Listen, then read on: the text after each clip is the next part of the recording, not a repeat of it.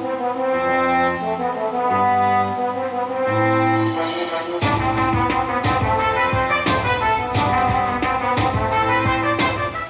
पिछले एपिसोड में आपने देखा था कि इकुमा अभी तक जिंदा होता है और लेडी आयामी बीबा को शोगन के हवाले कर देती है और बीबा की बदौलत शोगन एक काबाने बन जाता है और धीरे धीरे कर पूरे कोंगाकू में काबाने की तबाही फैलने लगती है और इकुमा को भी पता चल जाता है कि बीबा मुमे को एक स्मोक मॉन्स्टर बनाने वाला है। अब आगे तो एपिसोड की शुरुआत में हम देखते हैं तबाह हो रहे कोंगाकू को और वहाँ के लोगों को जो काबाने बनते जा रहे थे और बीबा कहीं से इस सब नजारे को देखता हुआ इंसानों का सच हमारे सामने कर रहा होता है। इंसान बहुत ही ज्यादा भद्दे जीव है। हम उस चीज को रिजेक्ट कर देते हैं जिससे हम डरते हैं, हम उस पर हमला कर देते हैं जिसको हम समझ नहीं सकते। इंसानों के डर से जंग पैदा होती है और हम देखते हैं कि ट्रेन से फायरिंग हो रही होती है मुमे के ऊपर जो कि एक स्मोक मॉन्स्टर बन चुकी थी, पर वो मॉन्स्टर फिर भी लड़ने को आगे बढ़ रहा था। और फिर हम देखते हैं कि काफी ज्यादा सोल्जर्स काबाने को मारने की कोशिश कर रहे हैं और तभी उन काबाने को एक प्रोसेस महसूस होता है जो कि और किसी का नहीं बल्कि इकुमा का था और फिर वो काबाने इकुमा पर हमला करना शुरू कर देते हैं जिसे इकुमा एक ही झटके में उड़ा देता है और उसके हार्ट से भी एक ब्लू सी लाइट निकल रही थी और इकुमा के साथ कुरिसु भी अपनी तलवार निकालकर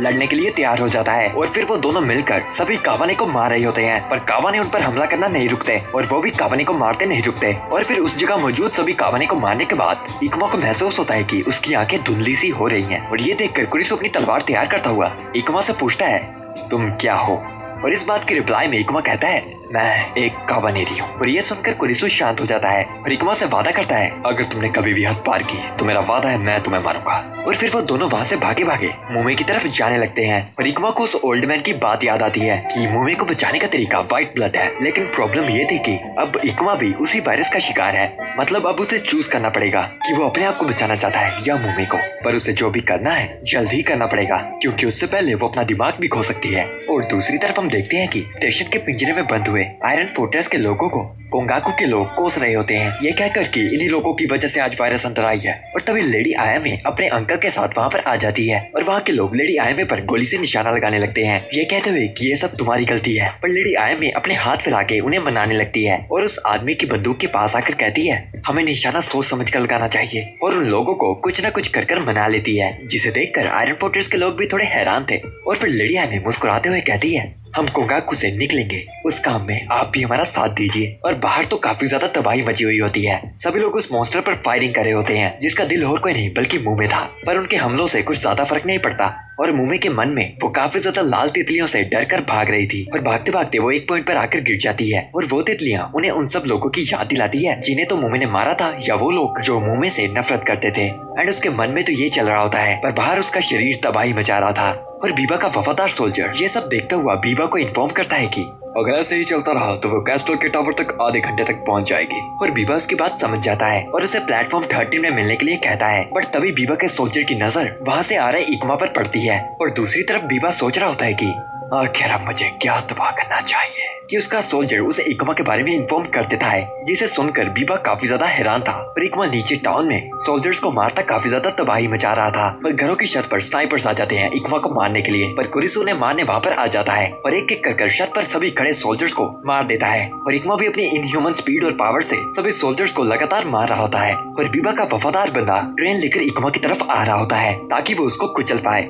और बाकी सोल्जर्स भी इकुमा पर हमला कर उसे जकड़ लेते हैं ताकि वो वहाँ से भाग न पाए, पर इकुमा उन दोनों को धक्का मारकर अपने सामने आने वाली ट्रेन को सुपरनैचुरल फोर्स से रोक लेता है और वो ट्रेन हवा में उड़कर ब्लास्ट हो जाती है। लेकिन उस पावर को यूज करने के बाद इकुमा काफी ज्यादा थक गया था और कुरिसु इकुमा के पास आता है, लेकिन इकुमा उसके पूछने से पहले ही उसे बता देता है कि वो अभी भी एक काबानेरी है। पर उनके सामने धुएं से बाहर निकलता बीबा का वफादार सोल्जर अभी तक मरा नहीं था और वो वापस से इकुमा पर हमला कर देता है, जिसे इकुमा रोक लेता है और उसके हथियार को गिराकर उसे अपनी कैनन से मार देता है। और दूसरी तरफ बीबा अकेला ही इकुमा के बारे में बातें कर रहा होता है, तो तुम अभी तक हार नहीं मान रहे इकुमा। और वो ये बातें कर ही रहा होता है, उसके सोल्जर्स वहाँ पर आते हैं और बीबा की सेफ्टी के लिए उसे एक व्हाइट ब्लड की बोतल दे दी जाती है। और बीबा अपने एक खास सोल्जर को कहता है तुम यहाँ से सभी को लेकर निकल जाओ क्योंकि मुझे जाना पड़ेगा। आखिरकार एक मरता हुआ आदमी मेरी तलाश में है। और बाहर हम उसी तबाही के सीन को देखते हैं जहाँ पर मुमे की गई तबाही के द्वारा इकुमा की जान जाने वाली होती है, पर वो किसी तरह बच जाता है। लेकिन इकुमा और कुरिसु के बीच का ब्रिज टूट जाता है जिससे वो दोनों अलग हो जाते हैं और कुरिसु के सामने कई सारे काबाने आ रहे होते हैं और कुरिसु उन सबसे लड़ाई करने के लिए तैयार हो जाता है और इकुमा को वहाँ से जाने के लिए कहता है और इकुमा भागा भागा मुमे की तरफ जाने लगता है।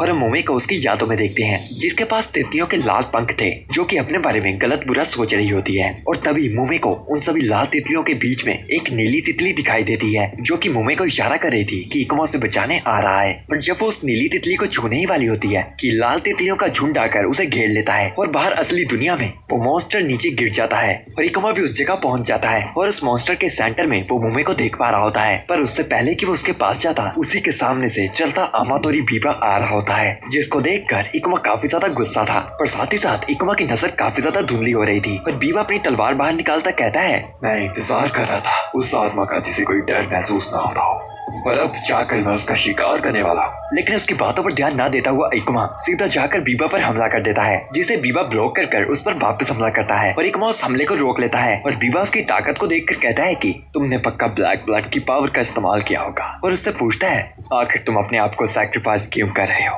जिसके रिप्लाई में इकुमा कहता है मैं मोमे को वापस ठीक करके ही रहूंगा। और बीबा इकुमा को दूर फेंक कर और जब इकुमा वापस से उठता है तभी बीबा इकुमा के सीने में अपनी तलवार घुसा देता है और मोमे के मन के अंदर वो देख पा रही होती है एक नीली तितली को जिसे काफी ज्यादा लाल तितलियों ने घेरा था। और बाहर हम देखते हैं इकुमा का इतना डैमेज होने के बावजूद भी वो बीबा को वार्निंग देता है कि वो उसे अपने हाथों से मारेगा और उसके शरीर में घुसे बीबा की तलवार को तोड़ देता है और बीबा को नीचे गिरा देता है। पर बीबा वापस उठकर इकुमा का हाथ पकड़ लेता है और उसे तोड़ने की कोशिश करता है और तभी इकुमा उस एनर्जी वेव अटैक का इस्तेमाल करता है जिसकी वजह से बीबा दूर जाकर गिरता है। और फिर बीबा वापस उठकर अपने सामने देखता है गुस्से से भरे इकुमा को उसके पास आते जो कि अब बस एक ही चीज चिल्ला रहा होता है, मैं तुम्हें मार दूंगा। लेकिन उससे पहले ही कुछ अजीब होता है, इकुमा को दिखना बंद हो जाता है जो कि शायद उसी ब्लैक ब्लड के कर्ज का इफेक्ट था। और इसी मौके का फायदा उठाते हुए बीबा चुपके से अपनी तलवार को उठाता है और धीरे धीरे कर इकुमा के पीछे से आने लगता है ताकि वो उसे मार पाए। और दूसरी तरफ मोमे अपने मन में देख रही होती है कि सभी लाल तितलियां उस नीली तितली को मारने वाली थी और बाहर बीबा भी इकुमा के पीछे से आकर उसे मारने वाला होता है।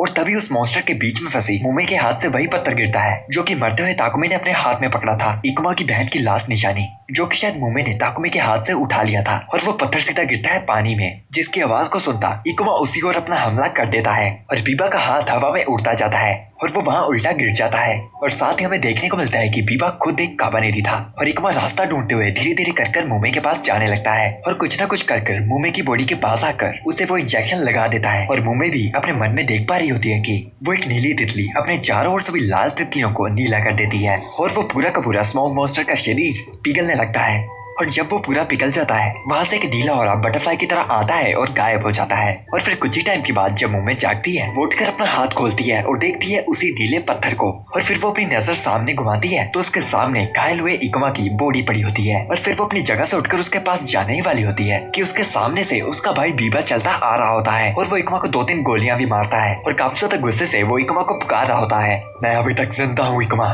खड़े हो जाओ और लड़ो मुझसे। और भागता हुआ अपनी तलवार लेके इकुमा के पास जा रहा होता है कि उससे पहले ही मोमे वहाँ पर आकर बीबा के सीने में खंजर मार देती है और उससे कहती है कि प्लीज ब्रदर मेरी भी कभी बात सुन लिया करो, मैंने आपको रुकने के लिए कहा था ना। और बीबा से माफी मांगती हुई कहती है हम कमजोर होकर भी जिंदा रहेंगे, हम साथ में राइस बनाएंगे और एक ऐसी दुनिया बनाएंगे जहाँ पर सभी मिलकर राइस खा पाए। और बीबा उसकी बात समझ जाता है और साथ ही मुंह में बीबा को गले लगाती कहती है मेरा नाम होजुमी है। और फिर हम देखते हैं पूरे तबाह हो रहे कोंकाकू में आयरन फोर्ट्रेस अपनी सवारियां लेके जाने को तैयार थी। ट्रेन के अंदर काजिका सबकी मरहम पट्टी कर रही होती है और बाकी की गैंग ये प्लानिंग कर रहे होते हैं कि उन्हें बाहर कैसे जाना है और उन्हें पता नहीं चल रहा होता कि बीबा ने कोई बाहर जाने के लिए रास्ता छोड़ा भी है। और तभी उनकी ट्रेन में बीबा का एक सोल्जर आ जाता है और वो उन्हें कहता है कि मैं तुम्हें रास्ता बताऊंगा, बदले में तुम लोग हमें ट्रेन में रहने दोगे। और तभी एक औरत उस बंदे के पास जाती है और उसकी गाल पे थप्पड़ मारती है क्योंकि बीबा और उसके सोल्जर्स की वजह से उसने काफी कुछ खो दिया था। और लेडी आयमे उस औरत को शांत कर उस बंदे की डील को मान जाती है और वो बंदा इस बात की खुशी में लेडी आयमे को एक चीज बताता है कि वो दोनों काबानेरी और कुरिसु कहाँ पर है। और दूसरी तरफ हम देखते हैं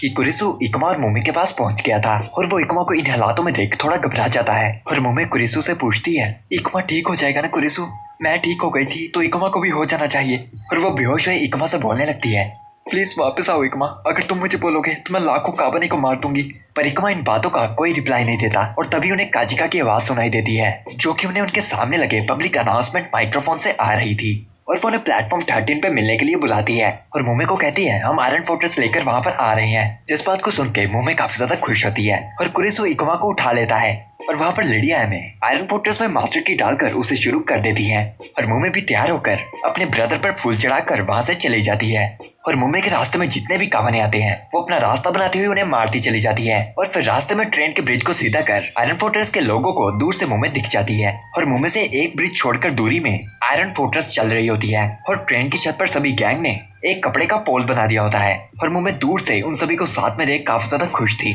और फिर मुम्मे इकमा को गले लगाकर कहती है, हम घर आ गए इकमा, पहले तुम जाओ, और उसे घुमाकर सीधा ट्रेन के ऊपर फेंकती है और फिर जंप लगाकर खुद भी वहाँ पर आ जाती है और कुरेसो भी साथ ही साथ जंप लगा देता है। पर वो पीछे गिरने ही वाला होता है कि लेडी आयम उसका हाथ पकड़ लेती है और उसका वापस स्वागत करती है, जिससे कुरेसो थोड़ा शर्मा जाता है और फिर सभी लोग ट्रेन के अंदर चले जाते हैं। और यूकिना भी ट्रेन की रफ्तार बढ़ा देती है कि उनके पीछे ही पीछे पूरा ब्रिज टूट रहा होता है, बल्कि ब्रिज ही नहीं पूरा कोंगाकू तबाह होकर गिर पड़ता है और वही बीबा की बॉडी भी दफन हो जाती है और आयरन फोर्ट्रेस कोंगाकू से निकल पड़ती है और ट्रेन के अंदर मुम्मे इकुमा को उठा रही होती है, जो कि बिल्कुल भी नहीं उठ रहा होता और कहती है कि तुमने अभी तक अपना वादा भी मुझसे नहीं निभाया, प्लीज जाग जाओ इकुमा, तुम मेरा कवच हो, तुम ऐसे मर नहीं सकते। और उसकी बातों से बेहोश हुआ इकुमा भी परेशान हो जाता है और उसे कहता है मुझे हिलाना बंद करो। और उन दोनों को देख सभी खुश थे और तभी इकुमा का नीला दिल चमकने लगता है और पहले जैसा नॉर्मल हो जाता है। और ये चीज सिर्फ व्हाइट ब्लड से हो सकती थी, मतलब कि बीबा के पास जो व्हाइट ब्लड था उसने उससे इकुमा को ठीक किया था। और फिर हम कुछ टाइम बाद का सीन देखते हैं जहाँ पर सारी गैंग ट्रेन की छत पर थी